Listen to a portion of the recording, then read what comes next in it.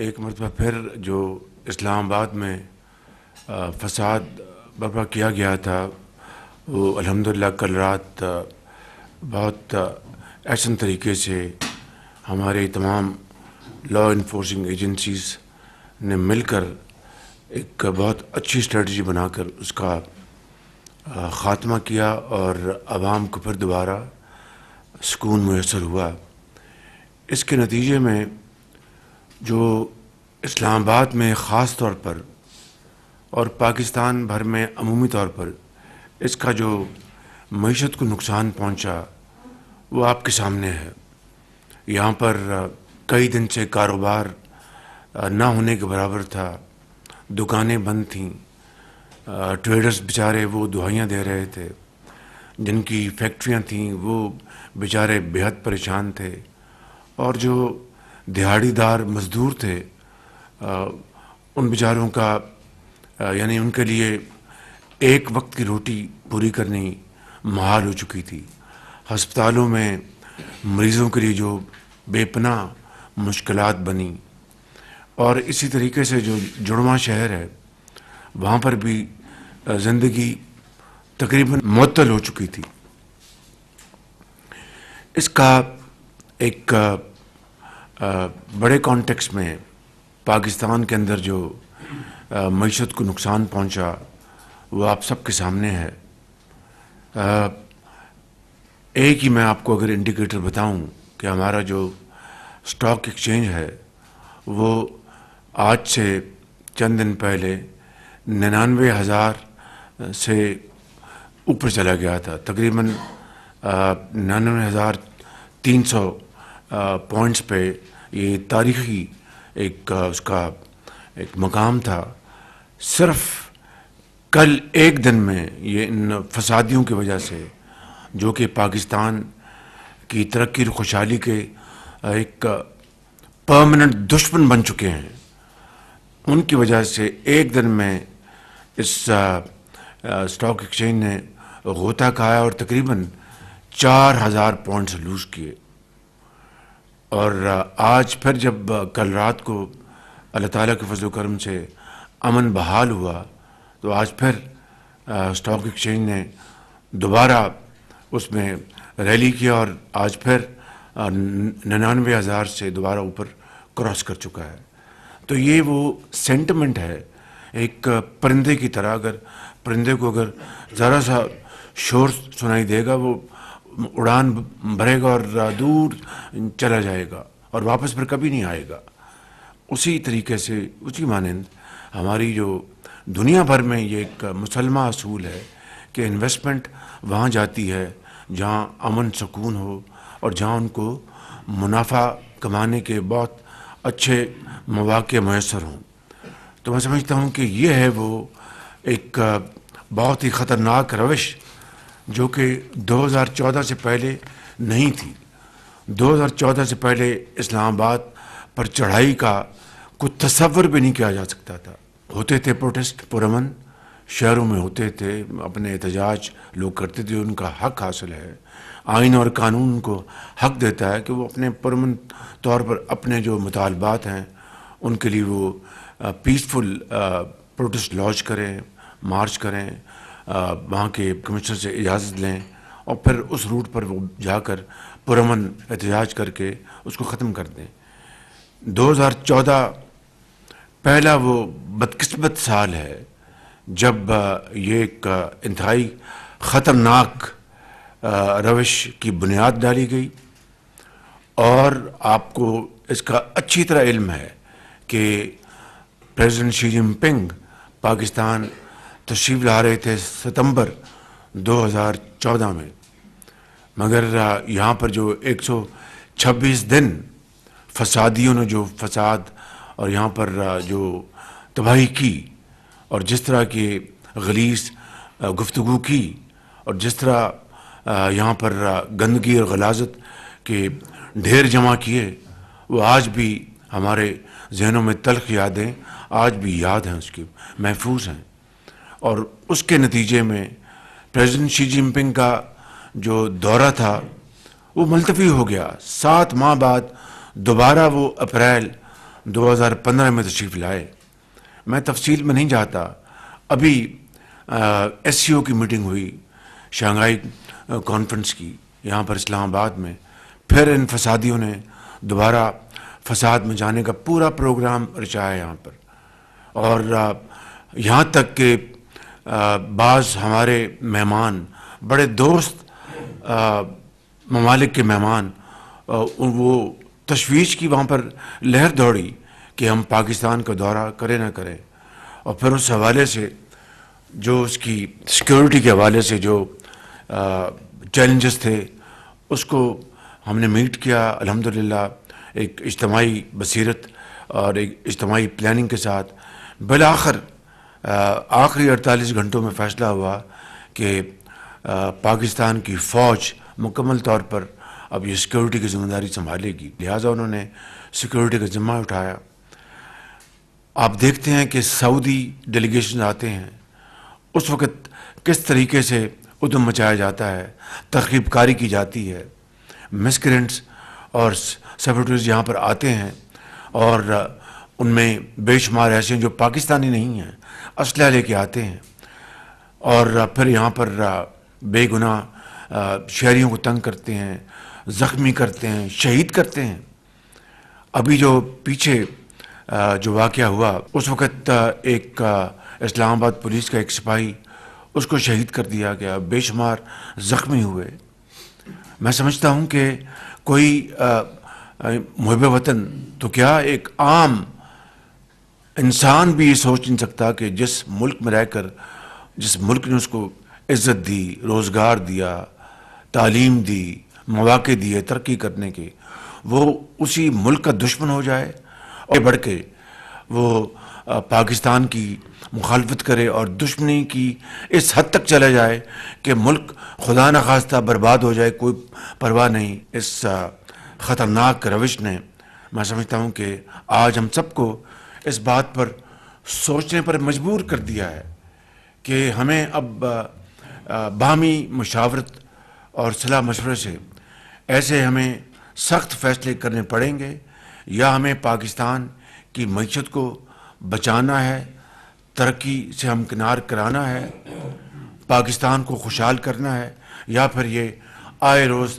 دھرنے ہم ان کا سامنا کریں, تمام وسائل تمام اپنی جو انرجی جو ہے وہ اس پہ جھونکیں اور پاکستان کی معیشت کا کباڑہ ہونے دیں. یہ ہمارے پاس دو راستے ہیں. ہمیں فیصلہ کرنا ہے کہ ہم نے کس راستے کو, کس آپشن کو اپنانا ہے. ظاہر ہے کہ ایک ہی آپشن ہے کہ پاکستان کی ترقی اور خوشحالی, پاکستان کی ترقی اور خوشحالی, پاکستان کی ترقی اور خوشحالی. اس کے علاوہ اور کوئی آپشن نہیں ہے.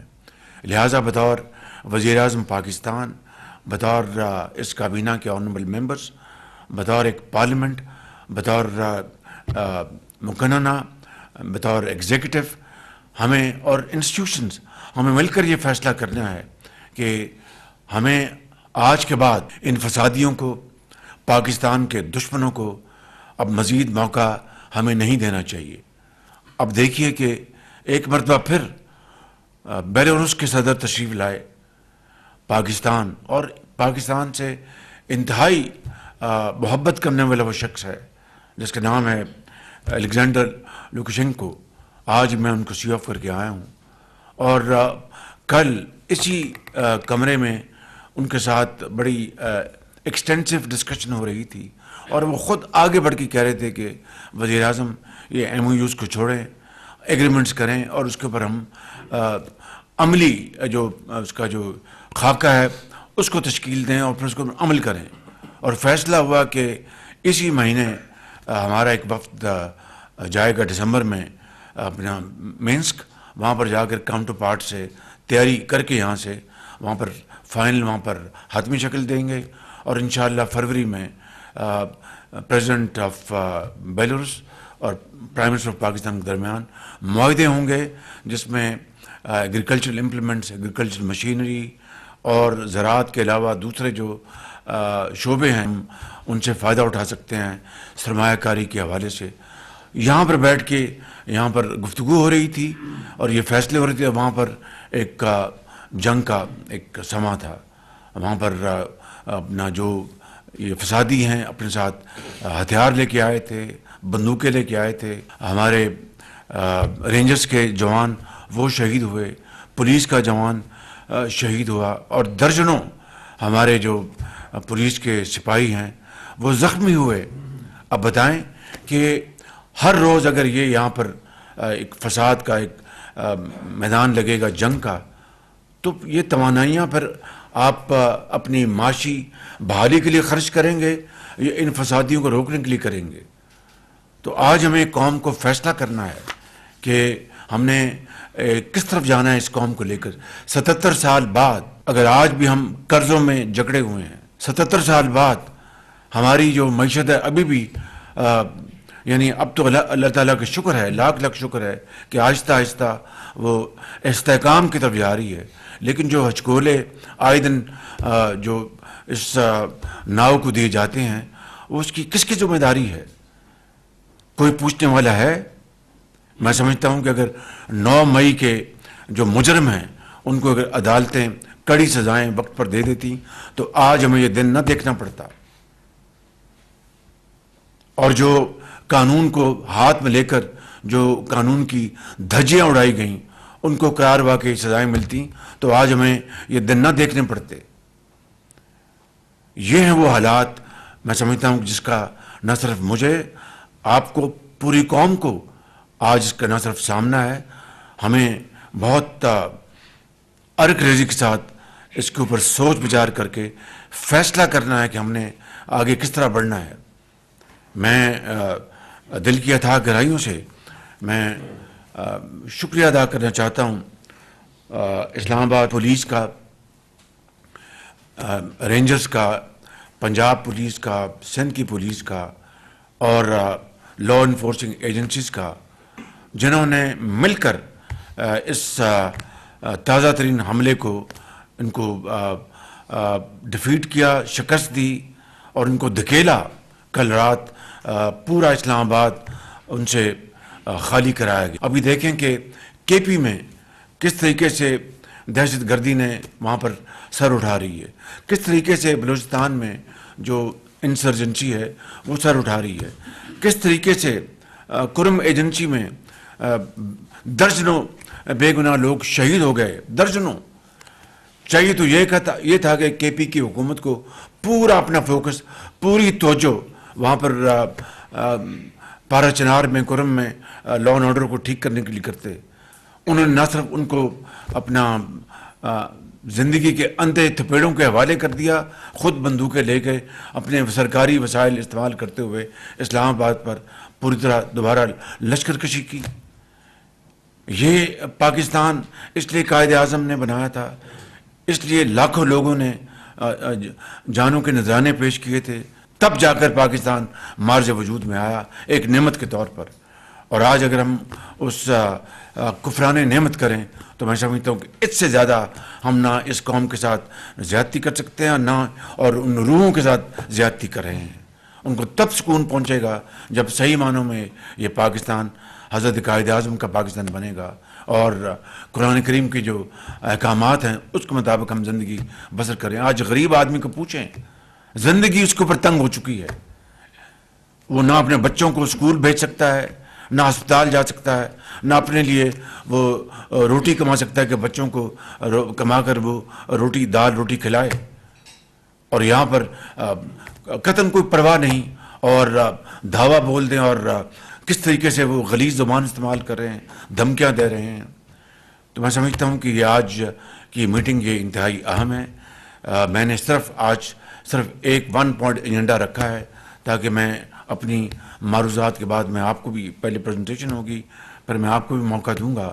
میں یہاں پر جس طرح میں نے یہاں پہ تمام اپنی سپاہ کا، اسلام آباد پولیس کا، رینجرز کا، ان کے ہیڈز کا، پنجاب پولیس کا، سندھ پولیس کا، ان کے وہاں کی حکومت کا اور ان کے سربراہوں کا میں شکریہ ادا کرنا چاہتا ہوں. وہیں پر میں انٹیریئر منسٹر کا شکریہ ادا کرنا چاہتا ہوں، ان کے انٹیریئر سیکرٹری کا، ان کی پوری ٹیم کا، جنہوں نے دن رات ایک کیا، اس کے لیے پوری محنت کی. اس طریقے سے ہمارے جو انفارمیشن منسٹر ہیں عطا تارڑ صاحب، انہوں نے بڑی اچھے طریقے سے جو یہ مناظر دکھائے تاکہ قوم کو حقائق کا پتہ چلے. مگر یہاں پر میں یہ بات مکمل نہیں ہوتی. جو ہماری انٹیلیجنس ایجنسیز ہیں ان کی ہمیں بھرپور معاونت رہی کہ جو ہمارے سپہ سالار ہیں انہوں نے اسلام آباد کے اوپر جو لشکر کشی تھی یہ بھی اور ماضی میں بھی اور اس بار خاص طور پر انہوں نے پورا تعاون کیا, پوری مدد کی. اور اللہ تعالیٰ کے فضل و کرم سے یہ جو سرکشی تھی, یہ چڑھائی تھی اپنے ہی دارالخلافہ کے خلاف, اس نے وہ دم توڑ گئی کل رات کو. لیکن ہر روز ایسا نہیں ہوگا, نہ ہم اس کے متحمل ہو سکتے ہیں. We can't afford to sap our energies and our resources on a daily basis. تو اس لیے میں سمجھتا ہوں اس کے لیے ہمیں بڑی سنجیدگی کے ساتھ اس کے اوپر ہمیں گفتگو کرنی چاہیے. ان کا مطالبہ وہ کیا کہتے ہیں, اصل میں ان کو تکلیف یہ ہے کہ پاکستان ڈیفالٹ جو ہونے جا رہا تھا پچھلے 16 مہینے کے دور میں, وہ ڈیفالٹ ہونے سے کیوں بچ گیا, کس طرح بچ گیا. بھائی عقل کے اندھو, جو کولیشن گورنمنٹ کے جو تھی پولیٹیکل پارٹیز, انہوں نے اپنا پولیٹیکل کیپٹل انہوں نے جھونک دیا. مہنگائی آسمانوں سے باتیں کر رہی تھی, گیلپنگ انفلیشن, اور جو پالیسی ریٹس وہ آسمانوں پہ جا رہے تھے. لوگوں کی جو امپلائمنٹ ختم ہو رہی تھی, پروڈکشن ختم ہو رہی تھی, وی آر بیکمنگ انکمپیٹیو. اللہ تعالیٰ نے سبب بنایا. بالآخر پیرس میں میری ملاقات ہوئی آئی ایم ایف کے ایم ڈی سے, یہ مئی یا جون 2022 میں, اور الحمدللہ وہاں پر ہم نے ایک طے کیا اور پاکستان ڈیفالٹ سے نکل آیا. مگر اس کے بدلے میں بے پناہ ہم نے اپنا سیاسی اثاثہ قربان کر دیا. میاں محمد نواز شریف صاحب نے, آصف زرداری صاحب نے, بلاول بھٹو صاحب نے, مولانا فضل الرحمان صاحب نے, درجہ بدرجہ سب نے. لیکن سب سے زیادہ ہم نے کیا اس لیے کہ وزیر اعظم مجھے منتخب کیا تھا اور فائنانس منسٹر اسحاق ڈار صاحب تھے. ظاہر ہے کہ توپ کا نشانہ تو ہم تھے, لیکن ظاہر ہے کہ سب نے مل کر اس میں اپنا حصہ ڈالا. 8 مہینے کے اندر الحمدللہ آہستہ آہستہ ہماری جو معیشت ہے وہ مستحکم ہو رہی ہے. تمام اشاریے اسی کی طرف اشارے, حالانکہ حتیٰ کہ جو ہمارے جو بدترین ناقد ہیں وہ بھی یہ کہنے پہ مجبور ہیں کہ پاکستان کی معیشت مستحکم ہو رہی ہے, مگر ساتھ پھر وہ اپنا قافیہ ملاتے ہیں. یہ بھی ساتھ ہونا چاہیے, بالکل کریں گے انشاءاللہ جب یہاں پر اللہ تعالیٰ ہمیں joint effort. Remember this is result of joint efforts. I swear to God no one is empowered to create this mini miracle. It is a teamwork, joint efforts and untiring efforts. یہ میرا ایمان ہے. یہ کابینہ کا اشتراک, کابینہ کی محنت, آنریبل ممبرز کی سب کی, اور ان کے جو اپنا ساتھی ہیں, سیکرٹریز ہیں, درجہ بدرجہ سب کی, اور پھر ہمارے پہلی مرتبہ تاریخ میں جو ہماری جو فوج کے سپہ سالار جو ہیں وہ پوری اس طرح یکجاں دو قالب جڑے ہوئے ہیں. بالکل اس کے بغیر یہ نہیں ہو سکتا تھا. تو اس کو ہم سب کو برباد کر دیں, تباہ کر دیں, یہ ممکن نہیں ہے. I will not let this happen under all circumstances. I want to make it very clear. دل خون کے آنسو ہوتا ہے کہ اتنی محنت کر کے اور ہم ان فسادیوں, ملک دشمنوں کے ہاتھوں ہم پاکستان کو تباہ کر دیں. یہ ممکن نہیں ہے, یہ نہیں ہوگا انشاءاللہ. Not in our time, our watch. It will not happen inshallah. مل کر ہم پاکستان کو یہاں سے نکالیں گے. اور پھر یہ بہانہ بناتے ہیں جی الیکشن میں دھاندلی ہوئی. اور بھائی 2018 میں جو تاریخ کی سب سے بڑی دھاندلی ہوئی اس کا تو پہلے حساب آپ دے دیں, اس کا تو حساب بتا دیں آپ. کچھ یہاں پر آنریبل ممبرز ہیں جو اس زمانے کے چشمدید گواہ ہیں. اور پھر جب پارلیمنٹ میں پہلی مرتبہ جب ہم آئے, ہم نے فیصلہ کیا کہ ہم کالی پٹیاں باندھ کے جائیں گے اور اوتھ لیں گے, کیونکہ اپنا جو پروٹیسٹ وہ اس کو تو ہم رجسٹر کروائیں. اور کچھ ہمارے پارٹیوں کے زعما تھے جو چاہتے تھے کہ بائک آؤٹ کر دیں, لیکن میجورٹی کا خیال تک نہیں, ہمیں جانا چاہیے. تو ہم وہاں پر گئے. تو میں آج آپ کو یہ بتاتا ہوں, یہ کیمروں نے اس واقعے کو کور کیا ہوگا. This must be caught by the eyes of the cameras, lens of the cameras. کہ میں جب گیا تو یہ عمران نیازی میرے پاس آئے تو میرے کان میں کہا کہ شہباز جی ہم بنا دیتے ہیں انکوائری کمیٹی. تو میں نے وہاں پر اس کا باقاعدہ اعلان کیا کہ انہوں نے اپنا عمران نیازی جو لیڈر دی ہاؤس بننے والے تھے کہ ان کے انکوائری کمیٹی، وہ نام بھی آئے جس میں مجھے یاد ہے ان کی طرف سے شفقت محمود اور ہماری طرف سے تھے. آج تک اس کی ایک آدھ میٹنگ بیٹھی کو، رانا ثناء اللہ صاحب کو بہتر پتہ ہوگا، آج تک اس کمیٹی کی 1 یا 2 میٹنگ ہوئی اور ریسٹ از ہسٹری. اور آج کہتے جی داندھی، اور ہر روز یہاں پر اپنا چڑھائی کرتے ہیں اسلام آباد کے اوپر. لیکن ہم نے اسلام آباد کی چڑھائی کا کبھی تصور بھی کبھی ذہن میں نہیں آیا. تمام مذہبی سیاسی جماعتوں کا، پیپلز پارٹی کو لے لیجیے گا، JUI کو لے لیجیے گا، انہوں نے بڑے بڑے جلوس کیے نکالے، لیکن کوئی گملہ توڑا انہوں نے. پاکستان کی کبھی جو خیر ہے اس کے خلاف کبھی انہوں نے سازش کی. یہ ہے وہ ایک تقابلی جائزہ جو آج قوم کے سامنے آنا چاہیے بالکل. اور اس کے نتیجے میں 190 ارب روپے کا یومیہ نقصان قومی معیشت کو پہنچ رہا ہے. 190 ارب روپے یومیہ. اسے دیکھیں آپ کی ایکسپورٹس کس طرح ہرٹ ہو رہی ہیں. جو کنٹینر جا رہے ہیں کراچی پورٹ پر، ایئرپورٹ سے انہوں نے ٹیک آف کرنا ہے، وہ ان کو سڑک سے راستہ ملے تو جائیں گے. آپ کی جو پروڈکشن کے لیے جو آپ کی امپورٹس ہیں وہ اگر ملوں میں نہیں پہنچیں گی تو آپ کا سودے جو ہیں وہ کس طرح آپ کے پورے ہوں گے.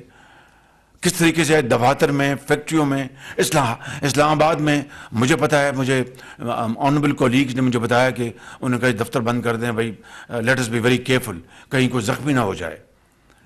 تو میں سمجھتا ہوں کہ اس طریقے سے قوم کو نقصان پہنچانا اپنے ذاتی مفاد کے لیے اس سے بڑا جرم اور کوئی ہو نہیں سکتا. بالکل میں سمجھتا ہوں کہ یہ وہ ایک کبھی جرم ہے جس کی کوئی معافی نہیں ہے. اور ابھی جو چند دن پہلے ایک ہمارے انتہائی مربی اور بہترین پاکستان کے دوست ملک کو جس طرح تکلیف پہنچائی اور ان کے فرمانروا کو، اس سے بڑی پاکستان کے ساتھ ظلم اور زیادتی نہیں ہو سکتی کہ یہ کہنا کہ جو میرے جو میاں ہیں وہ تو جناب شریعت کے علمبردار ہیں اور وہاں پر شریعت کو ختم کیا جا رہا ہے. اندازہ کریں اس سے زیادہ بڑی کوئی پاکستان کے ساتھ دشمنی ہو سکتی ہے؟ قطعاً نہیں ہو سکتی. تو میں سمجھتا ہوں کہ یہ وہ حالات ہیں، یہ وہ معاملات ہیں جس کا ہمیں بہت اپنا سرعت کے ساتھ ہمیں اس کا جائزہ لینا چاہیے اور اس بات کا فیصلہ کرنا چاہیے کہ ہر روز ہماری سپاہ رینجرز سینوں پر گولیاں کھائیں، ٹانگوں پر گولیاں کھائیں، اللہ کو پیارے ہو جائیں، بچے ان کے یتیم ہو جائیں، اور ہم پھر اپنا اگلے دن بیٹھ کے ہم اپنا life as normal as usual. یہ نہیں ہو سکتا. معاملہ ختم ہو گیا. ہمیں اب بالکل پرویکٹیو ہمیں سوچنا ہوگا اور فیصلہ کرنا ہوگا، کیونکہ یہ کوئی تحریک نہیں ہے، یہ تخریب کاری ہے. یہ تحریک نہیں ہے، یہ تخریب ہے. بالکل میں آپ کو بالکل درد دل سے عرض کر رہا ہوں، یہ فتنہ ہے، فتنہ. سیاست میں تخریب کاری، فتنے کی کوئی گنجائش نہیں ہوتی. سیاسی پارٹیاں اپنا ایک ہراول دستے کے طور پر اپنا رول ادا کرتی ہیں، قومی ترقی اور خوشحالی میں اپنا پوائنٹ آف ویو دیتی ہیں، نہ کہ گالی گلوچ، نہ کہ گولیوں اور کلاڑوں سے اپنا جا کے لوگوں کو زخمی کریں، گالیاں دیں، ملک کے اندر ایک فساد پیدا کریں، پاکستان کے دوست ممالک کو ناراض کریں. یہ کہاں کی سیاست ہے؟ یہ جتھا بندی ہے اور اس کا ہمیں ہر صورت خاتمہ کرنا ہوگا.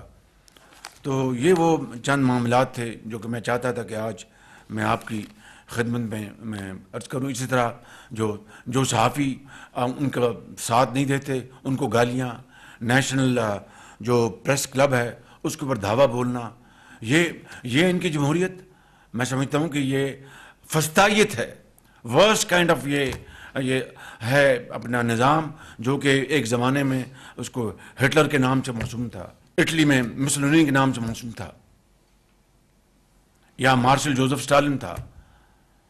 یہ اس سے بڑھ کر کوئی یہاں پر پیدا ہو گئے ہیں. تو یہ ملک اس طرح نہیں چل سکتا. لہذا میں سمجھتا ہوں کہ ہمیں اس کے اوپر آج بیٹھ کر پوری طرح اس کے اوپر ہمیں عرق ریزی کرنی چاہیے. اسلام آباد ہائی کورٹ آرڈر دیتی ہے کہ جناب ان کو یہ نہ آنے دیا جائے. باقاعدہ ایک پالیسی رولز ایشو ہو چکے ہیں کہ آپ اجازت لیں گے. بغیر اجازت کے اسلام آباد ہائی کورٹ کی دھجیاں اڑائی گئیں، دھجیاں. اور یہاں پر ان کو کہا گیا کہ زنجانی میں انہوں نے کہا انٹیریئر منسٹر کہ آپ بیٹھ جائیں اور وہاں پر جلسہ کر لیں. ہاں کر کے پھر انہوں نے اس کو ویوٹ کیا. تو کہنے کا مقصد یہ ہے کہ ایک شخص تلا ہوا ہے اپنی ذات کو پاکستان سے اوپر لے جانے کے لیے, پاکستان کو قربان کرنے کے لیے. تو پاکستان کو کسی صورت بھی قربان انشاءاللہ نہیں ہونے دیں گے. اس ہاتھ کو توڑ دیں گے جو پاکستان کو قربان کرنا چاہتا ہے. تو میں ان الفاظ کے ساتھ میں اپنی بات کو ختم کرنا چاہتا ہوں.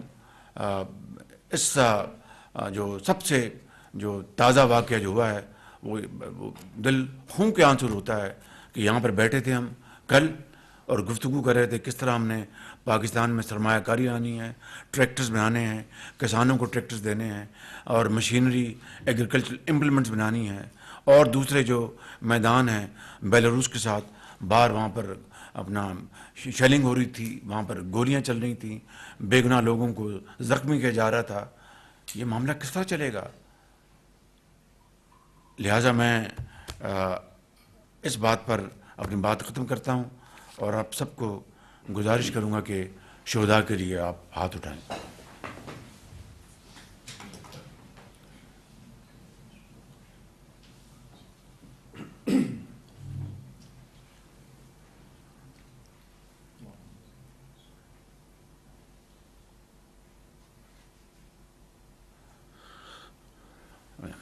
جی